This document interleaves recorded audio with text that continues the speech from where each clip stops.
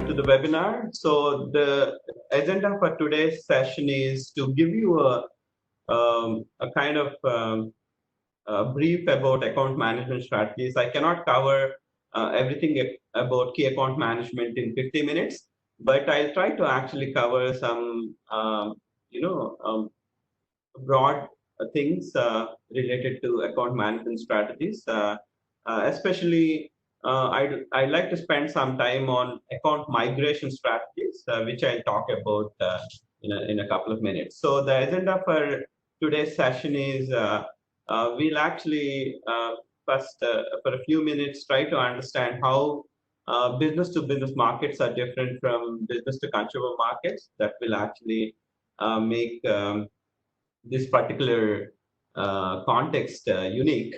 And then we'll also talk a little bit about B2B relationships, which are the backbone of key account management and B2B marketing. And then I'll take you through different account migration strategies and how to actually kind of deal with different migration strategies.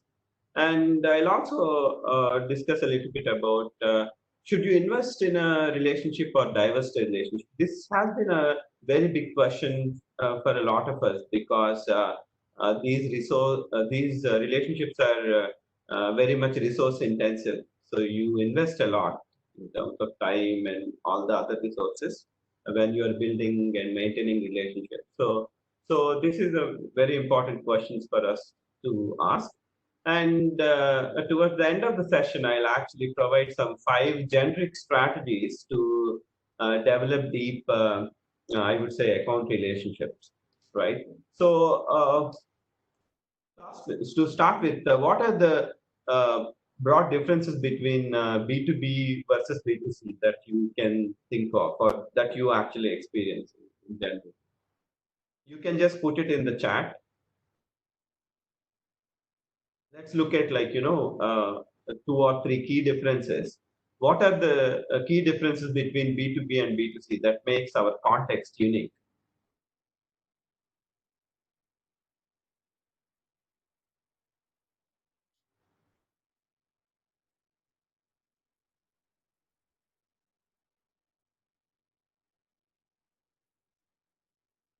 Okay, so one of the things, yeah, retail, wholesale.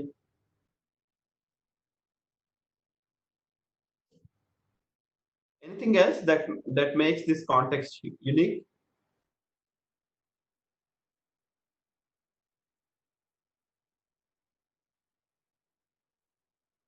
Yeah, client relationships, right? So in B2C, the customer is more of a consumer in nature. So customization is one of the key. B2B is long term. Okay, right. Excellent. So one of the major differences is that the value of the contract. Okay, so these are essentially much high, large ticket sizes, as somebody said, and longer lead times. Okay, and one-time and recurring business. Exactly. So the customer can be a repeated customer. Okay, product usage and its amount. Yeah, absolutely. So value of the contract is one of the biggest differentiators, and the second biggest differentiator is. Unlike in B2C, where in most of the cases the consumer or the customer is an independent buyer, whereas in B2B context, you have a team of people actually influencing the buying decisions, right? And that being said, the buying process is very complex and it involves multiple steps, as some of them are talking about. As Ravali mentioned, B2B is I think Ravali and Shushil, long-term buying process. Okay, so one of my friends who is a key account manager at a company called Air Gas, which has been merged with Air Liquid. He works from Dallas, and when I met him in December 2019, he told me that Kiran, I spent about 3 years to get a very large account, but unfortunately, I could not actually close the deal. Okay, so you tend to spend a lot of time. Okay, sometimes 3 4 years without a guarantee that you can close the account, right? So it involves multiple steps, include back and forth movement without any certainty that you can actually close those deals. So the buying processes are, I would say, the selling process is very complex, right? And at the same time, as some of you have mentioned, the customers are also normally very well informed. The information asymmetry is very low in business markets. So, of course, in B2C also nowadays that is coming down because of zero moment of truth and things like that, and because of the social media and other digital tools. Even B2C, the customers are nowadays well informed about products, but in B2B markets, especially, the customers are very well informed about the goods, services, prices, etc. Right? And as some of you have mentioned, one of the differentiating factors of B2B is that the customers are usually repeat buyers. Okay, at the same time, key customers account for greater amount of suppliers business. So I think the Pareto's law, okay, the 80/20 rule applies very well to B2B markets. For a majority of the businesses, 80% of their revenues come from 20% of their key customers. So therefore, key customers are very, very important. If you look at a company like Tetra Pak, Tetra Pak earns about 50% of its revenues from 50 of its key customers, right? So key account management is a very, very important aspect for businesses. It's important to understand. So before trying to understand key account management, let's try to define what actually key account management. So different research papers define key account management in different ways. But if you look at it broadly, what they say is that it's a relationship-oriented approach. Okay, focusing on dealing with most important customers, as some of you have mentioned. Okay, most of these contracts are customized to customers, right? And the value of these contracts are also very high, right? So to actually serve these customers, the traditional sales approach, or I would say transactional approaches are not actually helpful. So you have to use a relationship-oriented approach to deal with these important customers. So let's look at a small example. Okay, this is a company called Mediquip. It's an Australian-based medical equipment and supplies industries company. So it has two major, I would say, product lines. One is medical supplies, such as the surgical gloves, etc. And the other one is medical equipment, okay, such as CT scanner. Okay, so what are the differences between these two product categories that you think about?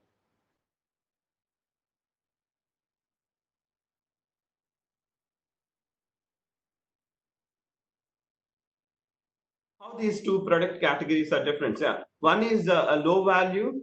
I think medical supplies is low value, and so quantities. Okay, you buy higher quantities of medical supplies. Okay, and okay, competition. Okay, for medical supplies, maybe more competition. Guarantee, warranty, special expertise is needed in selling CT scanners. Okay, technical know-how is required. Okay, high maintenance is required for medical equipment, and medical equipment is a long-term asset. Okay, so you don't buy large volumes of medical equipment, and medical equipment is like a B2B product. Okay, decision makers of purchase, decision making is difficult, capex is high, frequency of buying is less for medical equipment. Excellent. Okay, so what you are actually trying to say is that uh, these the industry bandwidth of relationship, actually, they, you can put them on a continuum. On one side, you have pure transactional exchange, and on the other side you have pure collaborative exchange. Okay, so you from your answers you tend to put medical equipment mostly toward the collaborative side because of the technical expertise required, maintenance required, because of the buying process which is very complex, and because of the long-term investment and or the long-term nature of this particular product category. Okay, whereas you want to put the other product category, medical supplies, on the transactional exchange side of it. Okay, because as you have mentioned, you may have a number of alternatives available. Okay, and the importance of purchase is low for the customer. Okay, uh, so yeah. Excellent. So we can actually, so if you look at the spectrum of the relationships, so I think you can actually place them like this. So these are the categories that you can actually think about. Availability of alternatives, as I mentioned, for the transactional kind of product categories, you have many alternatives. Importance of purchase is very high for collaborative exchanges, and complexity of purchase is high, as you talked about. Most importantly, I think two things that you have to keep in mind, which actually are important for key account managers to consider: operational linkages. Okay, so collaborative exchange will actually provide you the opportunity to uh, get extensive operational linkages or build extensive operational linkages, right? And the second most important thing is that switching costs. Okay, the switching costs for the customers, okay, who are actually focusing more on transactional exchanges, are very low. Okay, because they have not invested much, and they have not actually invested much in training or maintenance or the cost as such, right? Whereas for the customers that are actually emphasizing more on collaborative exchanges, for example, CT scanners, okay, the switching cost for the customer is very high. So, Burnham, Frells, and Mahajan, Vijay Mahajan is a professor of marketing at University of Texas at Austin. He was actually the second dean of IFB. So these three authors actually worked on this research and to sort of classify switching costs for B2B customers, right? So they classified switching costs into three broad categories. One is related to time, okay, as you have rightly mentioned, the setup costs, learning costs, evaluation costs, etc. And another type they came up with are personal relationship loss cost. I mean, related to relationships. And the third thing they talked about is benefit loss cost or monetary loss cost. These are related to money. Okay, essentially. Okay, these are the three switching costs. And if you look at one of the biggest challenges for key account managers is to actually increase the switching costs for the customer, as the customer is exposed to alternatives. Okay, so what exactly is operational linkage? One of the participants is asking. So operational linkage is like it's nothing but the integrations. So for example, if you are buying a particular software, should it be integrated to the existing products that you are actually using? Okay, for example. Okay, so these kind of and for example, you are using you're buying a CT scanner in this particular case. Okay, should it actually um, be aligned to the other products that you are using in that particular operation theater or whatever? So I think these are essentially so how you are trying to sort of integrate your processes according to the specifications of the the product that you're actually buying, right? Okay. So yeah, one of the Vamshi is asking about how can we increase the switching cost and transaction part. That's a very good question. Okay. So let me actually address it. So how do you actually increase the switching cost and transaction product? That's a very good question. So think about like a restaurant. Okay, you have both buffet and a menu, right? So, for example, in a buffet, which might cost about like 1,000 rupees, you have you can actually get like 30 varieties, 40 varieties to eat. But if you want to actually order each variety separately, okay, it would cost you a lot, okay, to have those many varieties, right? So the same kind of concept can be applied here too. So that is called flaring out by unbundling or flaring out with augmentation. Okay, so if some customer is actually sort of emphasizing more on transactional exchange, you can actually flare out by unbundling. Okay, you can actually remove a few kind of whatever from the core product you keep, but the additional services or whatever you can remove, and you can sort of make him more of a transactional kind of buyer. But how can you actually increase the switching cost for a transactional kind of product is by sort of flaring out with augmentation, right? So you kind of add additional services. Okay, maybe you try to customize it. For example, let's take the surgical gloves Apollo Hospital is buying from you. So you want to actually brand them with the Apollo hospitals, right? Okay. So a couple of other questions are there. I'll take them towards the end of the session. But I think this is one of the nice ways to sort of increase the switching costs with customers. So, but let's look at first how to actually increase the switching costs. Okay, what is the process? Okay, but for transactional kind of customers, okay, what you can do is that play out with augmentation by adding like additional services and customized benefits, etc. Right? Okay. So how to overcome this challenge? How to actually increase the switching costs? Okay. So what you can do is that, as I mentioned earlier, so you're trying to sort of increase the interdependencies between you and the customer, and you are trying to actually achieve a sort of an integrated way of doing things. So, as I mentioned, their processor are actually integrated into. I'll actually talk in detail in the next few slides what I'm actually talking about. So how do you sort of increase the switching cost? By growing with the account. Okay. So what do I mean by growing with the account is account migration essentially. Okay. So I'll show you how to migrate up with an account, okay, by increasing the switching cost of the account. Okay, so you can actually think about two strategies for account migration.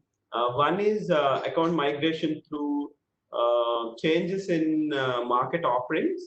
Okay, and another one is changes in the nature of relationship. Okay, let me take an example. Okay, how can making changes in market offerings can actually help you migrate up with a particular account. Okay, so let's take an example. For example, SKF Bearing. Okay, one of the largest bearing manufacturing and marketing company.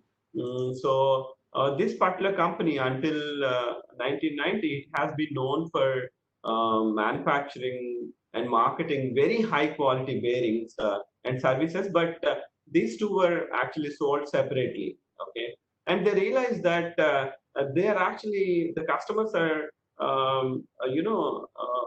they are unable to actually build a long-term relationship with the customers because they are making it more of a transactional in nature, right? Okay, then they realize that okay, I think selling these products and services separately is not going to work. Okay, is not going to help us sort of build long-term relationships. So let's focus on sort of bundling the services together. Okay, as I mentioned, okay, what you're trying to do is that playing out with augmentation. Okay, or kind of bundling together. So when somebody is actually focusing on transactional exchange, you want to play out by unbundling. Okay, when you want to actually the customer to focus more on collaborative exchange, you want to play out with I would say bundling. Okay, so you develop. So what they started doing is that they started developing new products. Okay, they wanted to bundle both the things together. Okay, you can charge higher prices, but at the same time you can provide customized services to the customers and all. So they figured out that yeah, it's working. Okay, so now going forward, let's focus on integrated maintenance solutions. So that can help us sort of take full responsibility of this particular plan. Okay, so that is actually giving you now that is helping you increase the switching cost for your customer, right? You are actually increasing the operational linkages. You are increasing the integration, right? Okay. So now let me talk about another a company that has actually migrated up. Okay, but by moving on changing the relationship part. Okay, so this company is called O2K Solutions. It's an AV company. It's based in Bangalore. So before going from a PhD, I worked in B2B consulting for about 8 years. So O2K was one of my clients. Okay, so we help them in sort of customer acquisition and actually product development and these kind of aspects. So O2K solution, it started early 2000, and till 2005, O2K was focusing on AV integration, design, implementation, and basic maintenance. Okay, but going forward, what does it is? Okay, we'll offer the same services, but we'll try to actually change the nature of the relationship. So we'll focus on annual maintenance contracts. Okay, and slowly from 2010 they started focusing on on-site support. So what you're again doing here is that you're trying to actually change the nature of relationship. You're trying to make it more from short term to long term. Okay, and you're trying to sort of increase the switching costs for your customer, right? And I want to give you an example. Some of you must be from the consulting industry, okay? So how to actually move on the relationship path and again sort of build a strong customer relationship with a particular account. So I was working for Matus Infrastructure, okay, which was founded by Satyam Group. So you know what has happened in Satyam on 7th January 2009. So Mr. Ramalingaraju confessed, and we were in corporate strategy, and we were supposed to actually leave the organization because Matus was then taken over by L&FS. So we had a very highly qualified and a very good team in Maker's corporate strategy. So one of my colleagues and his friend, so they actually thought about sort of starting their own consulting firm. So they actually started. I mean, when they were looking at options, they could not think about consulting large companies because McKinsey, BCG, so they have been extremely strong in consulting large companies, and they found a gap in consulting for small and medium businesses. And they set up a consulting firm to cater to small and medium businesses. And but as you know, it's very difficult to acquire new customers when you are just setting up a new company and all. Luckily, they got one client that is Enadu, Ramoji Group in Hyderabad, and they started as an expert for hire to write a business plan for one of the new businesses that Ramoji Group was coming up. They liked their work, and slowly they started giving more and more work. Okay, they became a steady supplier of these kind of solutions to Ramoji Group. Okay, and now if you think about it, this particular guy sits in most of the meetings, or I think all of the board meetings in Ramoji Group. So he has become a trusted advisor. So that's how we actually built a relationship with this particular client. Okay, so let me actually take you through another case, and let's go a little bit in detail into this account migration approach, and let's try to look at what are the success factors of account migration approach. Okay, so let me take you through account migration approach at Hewlett Packard HP Computer System Organization. So if you look at their the kind of offerings and solutions, okay, what HP tries to do. So they want to first get a foot in the door with the client by being a product vendor. Okay, so where HP has price and performance advantage, and then they actually try to become a sort of a value added supplier to the customer by offering enterprise wide solutions. Okay, so what you're trying to do is that now here you are sort of migrating up, okay, from being a hardware vendor to offering sort of solutions, okay, to the customers. But if you think about these two things, both uh, uh, products and these enterprise-wide solutions, these are sort of the existing needs of the customer. Okay, but if you want to actually become a strategic partner, you can't really work on the existing needs of the customers. Okay, so you have to think about the needs of those customers that are not existing, but that will be existing down the line 5 years. Okay, so that's why we call it strategic. Okay, if you look at account managers, okay, most of the account managers, or I would say all of the account managers, know the history of the client, and good account managers, they know the current of the clients also, but excellent account managers know the future of the clients.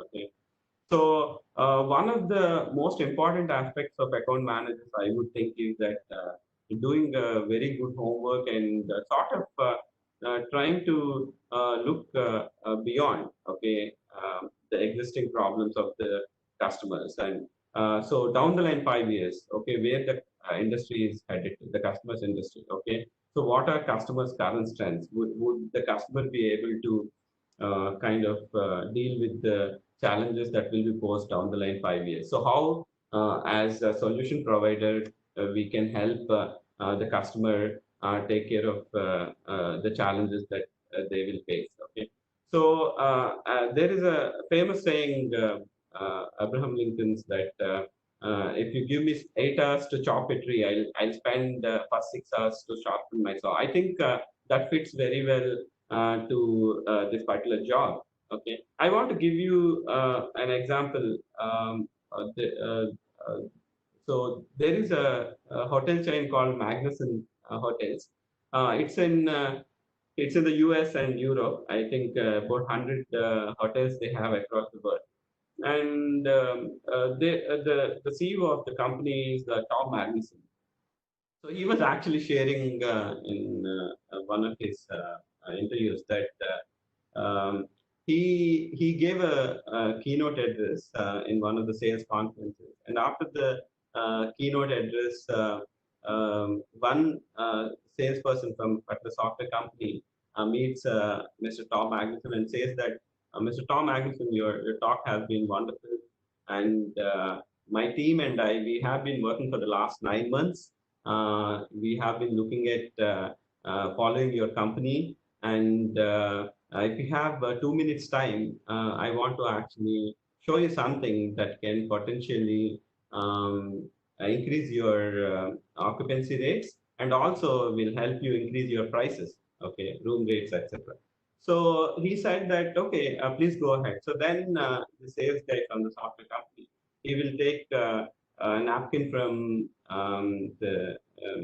one of the tables in the hotel venue, and he draws something and says that, okay, so this is where you are, but this is where the industry is headed to. Okay, so these are the things that you're lacking. So that's where we can actually help you. Okay, if you actually take our solutions, okay, this is how it is going to result in your revenues and top line, etc., right? Bottom line. So what happened after 7 days? The software company has got one of the biggest deals. Okay, So what you're actually trying to do is that you're not trying to sort of uh, trying to sell your products to a particular company. You're trying to actually offer solutions to not just existing problems, but the problems that may be existing down the line. Okay, I think that is something that all the account managers need to develop. Okay, so these kind of things will help you develop trusted advisor relationship with your customers. If you take IBM for example, okay, IBM sits in the board meetings of several of its Fortune 500 clients. Okay, because they want to co-create products. Okay, innovative products. Okay, and the customer wants IBM account managers to be part of it because they want them to understand again where the industry is headed to, what kind of things that they are trying to do, and how IBM can help them. Do those things and achieve competitive advantage in the market, right? So, okay, so if you look at this particular approach, what you're trying to do is that sort of, yeah, as Manas rightly pointed out, you want to avoid elevator approach and you want to address pain areas. I completely agree. Okay, so you're trying to sort of um, move up from a more of a transactional exchange to a collaborative exchange. So what are the critical success factors? So let's try to look at it. So what are the critical success factors when you are a product vendor?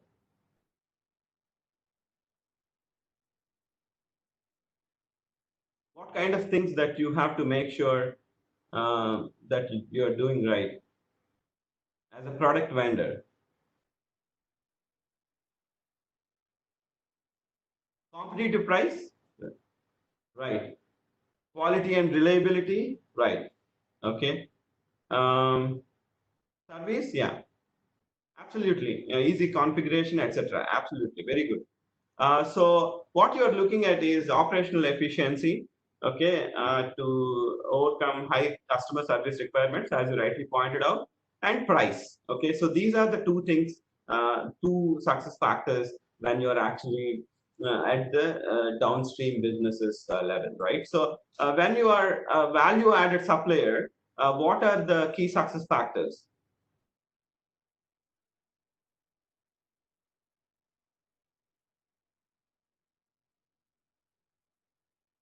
When you want to offer solutions, okay? Okay, how will solutions bring long-term value?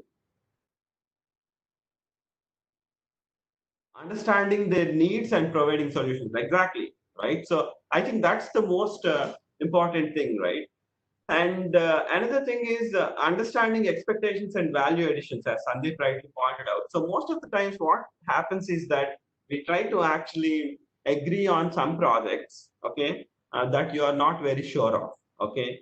So then I think it can actually mess up this entire relationship, okay. It's very important for you to prioritize opportunities and choose projects based on your the potential and also the alignment, okay, between what you can actually offer and what the customer is actually expecting. So I think that is very important. In project management competence, as rightly pointed out, some of you have talked about it. So I think that is very important. Impacted needs should be addressed. Absolutely. So so now, so what are the critical success factors if you want to become a strategic partner?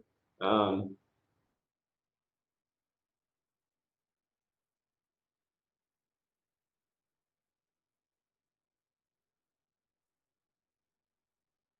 Align with long-term vision of the client. Absolutely. Innovative products and solutions to the upcoming needs. Okay, very good. So if you have to align the align to vision of the client, okay, so roadmap for the next 10 years, absolutely. So I think that is like, that you can do by selling concepts to executives. Okay, so I think executive selling competence is very important when you are actually trying to um, uh, become a strategic partner and sell innovative solutions to organizations where the need is not existing, okay, but it might be an upcoming need for that particular client, okay. And as you rightly pointed out, you have to provide confidence and to guaranteed results. Otherwise, because all these kind of innovative solutions and all, they require no, new budget creations. Okay, so if they have to come up with new budgets and all, where there is a lot of uncertainty, so I think you have to focus on providing confidence to guarantee results. Okay, very good. So if I want to classify the sales opportunities that you actually deal with on a daily basis, so I think you will let me classify them into these four categories, okay, or types. One is repurchase orders, where you are just actually repurchasing, replacing your own equipment, okay, by meeting your customer expectations. And you have replacement opportunities, okay, where now the customer actually wants to replace the existing product, I mean, that is offered by different vendor with you. So that's where actually your, sort of migration is starting essentially. Okay, the expansion opportunities are nothing but selling these value added solutions, etc., where you involve in the development of their requirement. And innovation opportunities, as I mentioned, they involve your development with the customer, okay, where solutions for which there is no obvious need, obvious or defined need, so you are actually trying to create it. So that's why you should have that concept selling skills. Okay, so let's try to put all these kind of categories into this particular matrix, okay, where on the y-axis we have customer knowledge of the value proposition, and on the x-axis you have customer confidence in the current vendor, okay. So if you look at let's say repurchase orders, where do you fit in? Customer knowledge of the value proposition and customer confidence in current vendor. So value proposition and which quadrant do you put the repurchase orders? Okay, high, exactly. So where do you put innovation?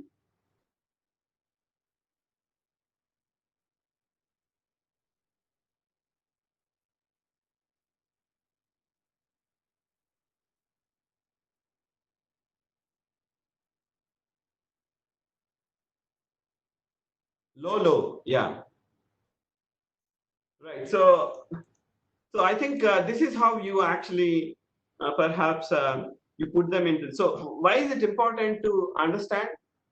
It's very important for you to understand where you actually keep these things. Okay, so because it will help you to understand whether the customer has confidence in you or not, and at the same time whether the customer has knowledge about the value proposition. Okay, so it will provide you the opportunity to sort of demonstrate, okay, the value proposition. At the same time it will help you to kind of create that kind of confidence, okay, and also it will help you show your commitment to customers results, okay, future results.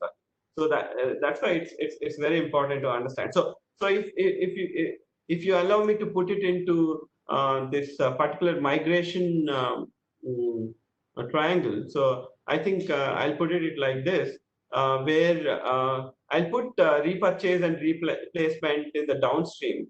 Okay, replacement may be close to the midstream, and expansion projects in the midstream, and innovation in the upstream, right? So again, so the innovation is much more collaborative exchange, whereas repurchase is pretty much a transactional exchange, right? So now let's look at who creates these sales opportunities in the organization.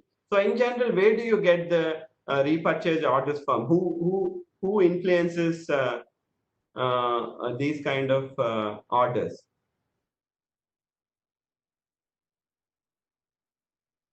Okay, and users. Okay, so in general, these are procurement managers, absolutely, right? So these are influenced by purchasing groups, purchase guys, absolutely, right? Okay, they have assigned budgets, okay, and these are essentially customer initiated, okay. And when you look at expansion projects, okay, who creates this sales opportunities? The line managers initiate them, and end users actually initiate them. But you need a sponsor from the senior leadership to actually create these innovation opportunities, right? Because it needs a sizable creation of sizable budget. Okay, so therefore it's important for you to get buy-in from the senior executives, right, man? So I mean, in your team, if you have multiple managers, okay, looking at a different kind of these product categories. So one person is just taking care of repurchase and replacement, and the other person is actually looking at expansion opportunities, and the other person is looking at innovation opportunities, let's say. So I think it's important for you to make sure they have those required skills, especially these key account managers who are looking at these innovation opportunities. They should really spend a lot of time understanding the strategy of the firm. So it's important to identify the threat to customer strategy. Okay, otherwise you cannot actually get the buy-in from the senior executives, because if it necessitates the creation of sizable budget, so I think they're not going to do it just like that. Okay, you cannot go there and tell them that give me money. Okay, I want to do something, right? So okay, so uh, as I have mentioned earlier, these activities are very resource intensive. Okay, building relationship with these accounts and all, right? So for both buyers and sellers, right? Buyers, it will increase their switching costs, and sellers also, you need to invest a lot without guarantees that you can actually get these deals and all, right? So that's why it's important for you to choose or reject long-term partners, and it's important for you to decide on how to use scarce resources. So one of the things that you can actually use at this point in time is that you can actually apply a concept called activity-based costing, where you actually look at what activities are associated with serving each account, okay, and how these activities are linked to your resources, and also the potential revenues, etc. So by doing that, you can actually arrive at a matrix like this. Okay. So your most valuable customers are nothing but your, most valuable those key accounts. Okay. In most of the organizations, these are like 10 to 20%. Okay. And you have several other kind of clients you can put them into different quadrants. Okay. So on the NPD is new product development. Okay. So cost to serve is low and loyalty of the customer is low. These are essentially commodity buyers. I mean, these are very transactional in nature. Okay. So underperformers are those that may include showcase accounts. Okay, which are important for you to showcase when you are getting new clients, etc. And they enjoy free services, but they are like not very profitable. Okay, for example, Kanthal, okay, which is a heating wire manufacturing company. So they understood that GE was one of its most important customers, but at the same time, it was one of the most unprofitable customers. Okay, for example, if a customer order, if it normally cost about $150 for Kanthal to serve that particular customer. Okay, when it comes to G, it is costing them $600. Okay, so they're losing a lot of money, and they understood it, and they actually kind of discussed with G that okay, this is what is happening. It is like very sort of expensive for both of us.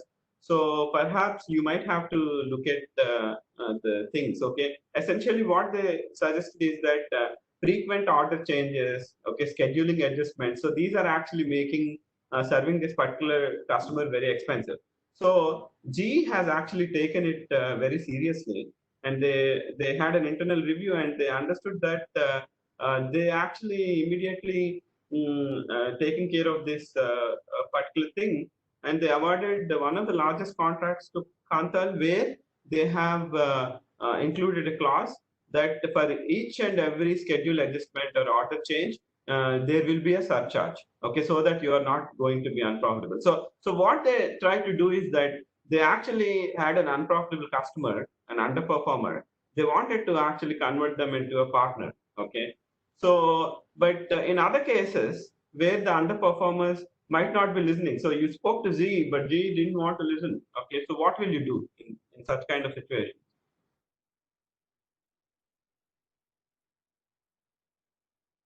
So you may want to put your thoughts in the chat. Okay, you spoke to G, but G is not kind of responding properly.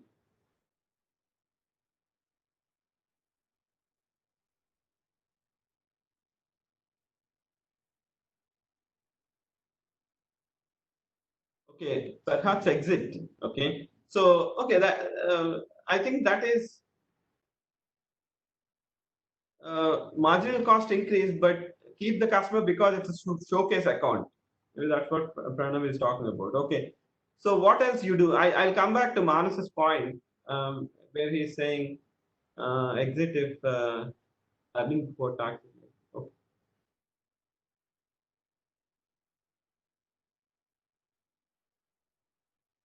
Uh-huh.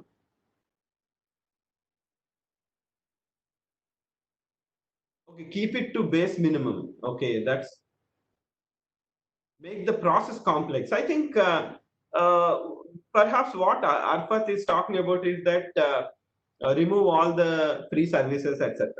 Okay, so I think as Arfat and I think Amit talking about, so what they are actually suggesting is that perhaps you can actually convert them into commodity buyers. Okay, so like if none of these kind of things working, okay, then you may want to get rid of that particular customer. Okay, so now let's try to understand whether can you fire a customer.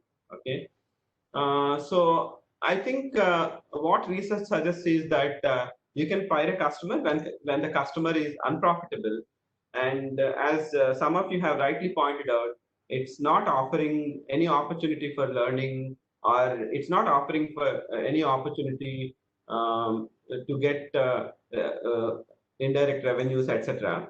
And resist all the attempts that you have done to convert the unprofitable to a profitable one. Okay, like you were unable to actually convert them either as partners or as commodity buyers. Okay, so what research suggests is that we can, so Kaplan and Cooper, so they have done some research in this particular area, and they say that we can fire customers, but let the customer fire itself.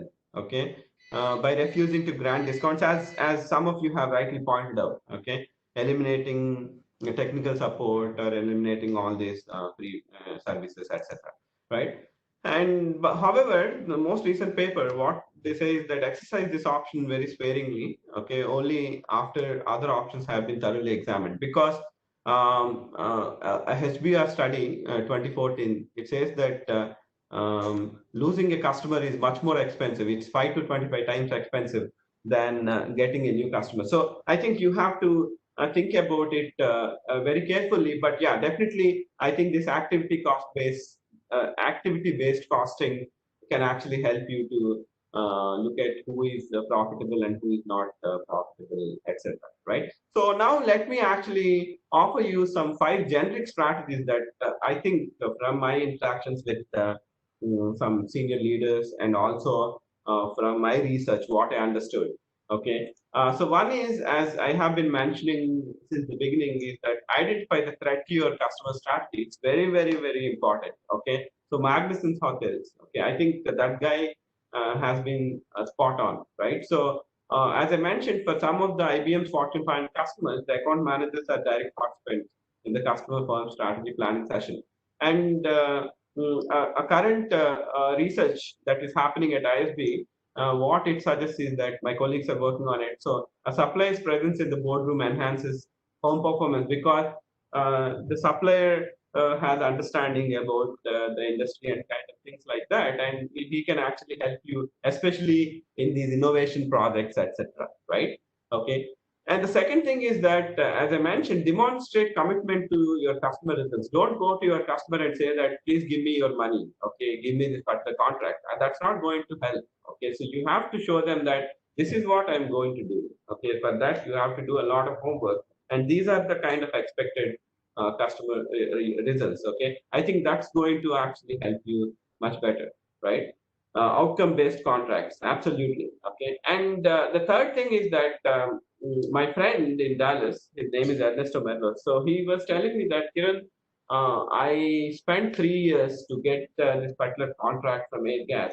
Okay, but unfortunately I'm not getting it, but I don't want to take eyes off my customer. Okay, I lost the business, but I still want to kind of, because you have already invested a lot in that particular customer, so you want to make sure that you, I mean, in future, so you should understand where did you fail. Okay, try to evaluate, your uh, process. Okay, that led to the failure, and try not to uh, do the same mistake again. So, but if you think about an example, Qantas Airlines, it has actually had a, historic plane from Sydney to London with a stopover in Singapore. Okay, it actually ran for about 60 years. In 2012, I think Singapore lost the stopover to Dubai. Okay, and it was a very big loss for Singapore. Okay, and Changi Airport didn't want to lose that business, and they made sure that by 2018 they will get that particular contract back. I mean, the stopover back to Changi Airport, right? So now this Sydney to London flight, it goes with a stopover in Singapore, right? And another thing is that don't promote a strictly transactional approach. Okay, so as I mentioned, what do I mean by a strictly transactional approach is that don't think that you actually sell everything at the downstream only. Okay, try to get the full wallet of your customer. Okay, so in the sense that you kind of maybe get a foot in the door by offering like these downstream products, but you have to actually make sure that you move up the migration path and actually try to get those innovation projects. I think those are the most profitable projects for you, and those will actually help you increase customer switching costs, which will lead to long-term relationships, to sometimes to perpetuity, because as I have shown you, they not only focus on the money or time, but also personal relationships they value a lot. So I think these are some of the things that you want to keep in mind. And the fifth thing is you have to actually focus on customers. Okay, which company that you think has done, I mean, B2B company, can you think of one B2B company it has done extremely well by focusing on customers? Okay, so because it's the derived demand, IBM. Okay, uh, so that is part of everyone's life. I would say each one of us use that particular product. It's a B2B product. Okay, but each one of us use it, and each one of us know it. It's an electronic product.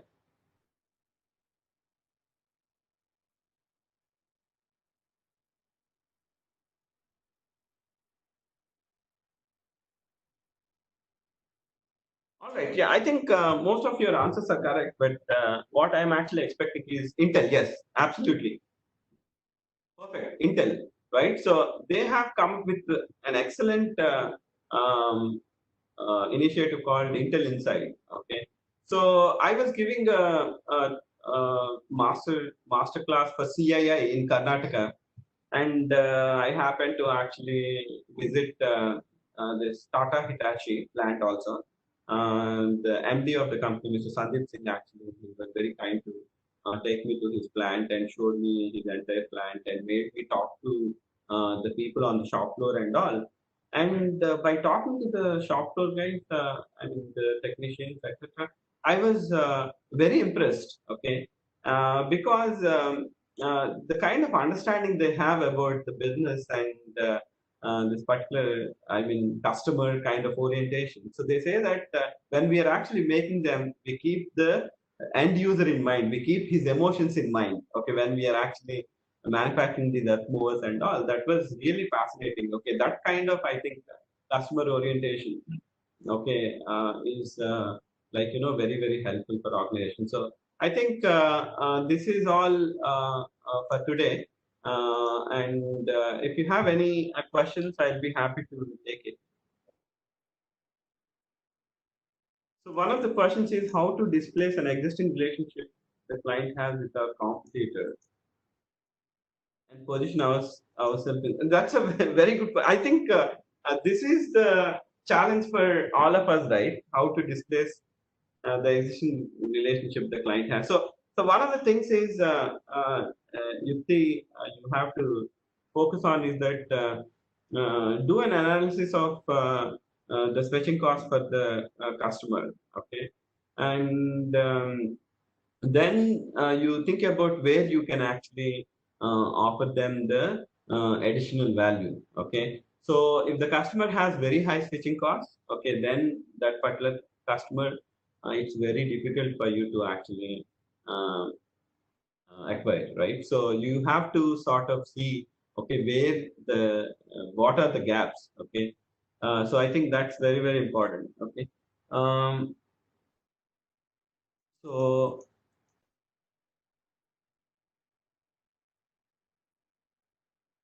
okay, so I can actually provide more examples. You can just send me an email. And in the context of sales structure,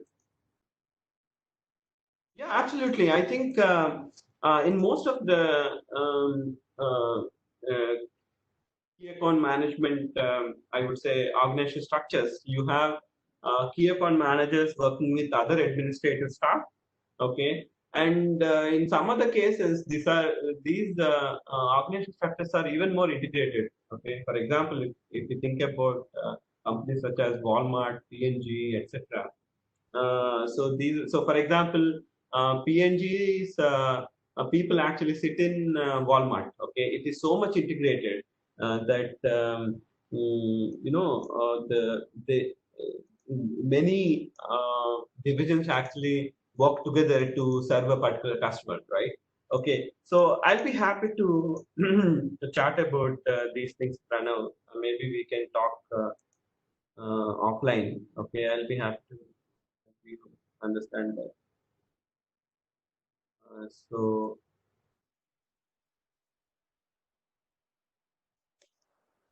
yeah, Prof, there so was one question in the beginning that how does cross-cultural differences affect the key account management? how the cross cultural it has a tremendous impact. Absolutely. Okay. And especially when you are actually looking at global key account management, okay, the cross cultural activities has tremendous impact. So definitely it's important for you to understand the culture differences. Okay, because as a key account manager you have a boundary spanning role. Okay, it's important for you to understand those cultures. And I have a few sort of articles that I can share with whoever is actually looking for cross-cultural issues when it comes to key account management. I think those articles might be able to shed some light on this topic. So you can just shoot me an email.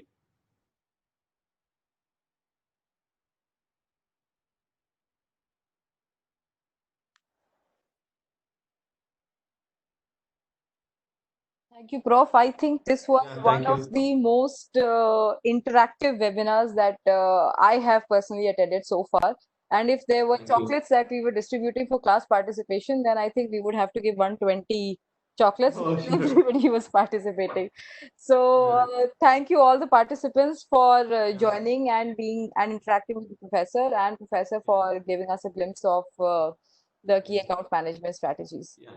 So it seems that a few students, sorry, few participants still, I mean, given that I teach in the classroom, I say students, but yeah, a few participants still have some questions. You're welcome to actually shoot an email. I'll be very happy to respond to your emails and questions. And thank you once again, Asta, for organizing this and moderating this session. I appreciate your time. And thank you all for attending the session. And thank you very much for your participation. I really appreciate it. Thank you. Thank you so much, everyone. Thank you, Prof.